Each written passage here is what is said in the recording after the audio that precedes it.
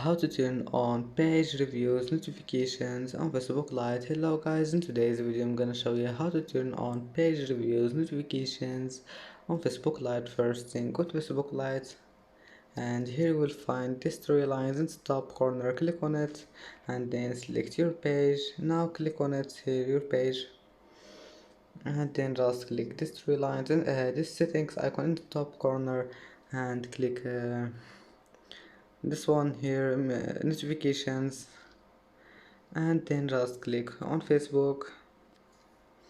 And here all you need to do, just you will find page review like that, and just click on it.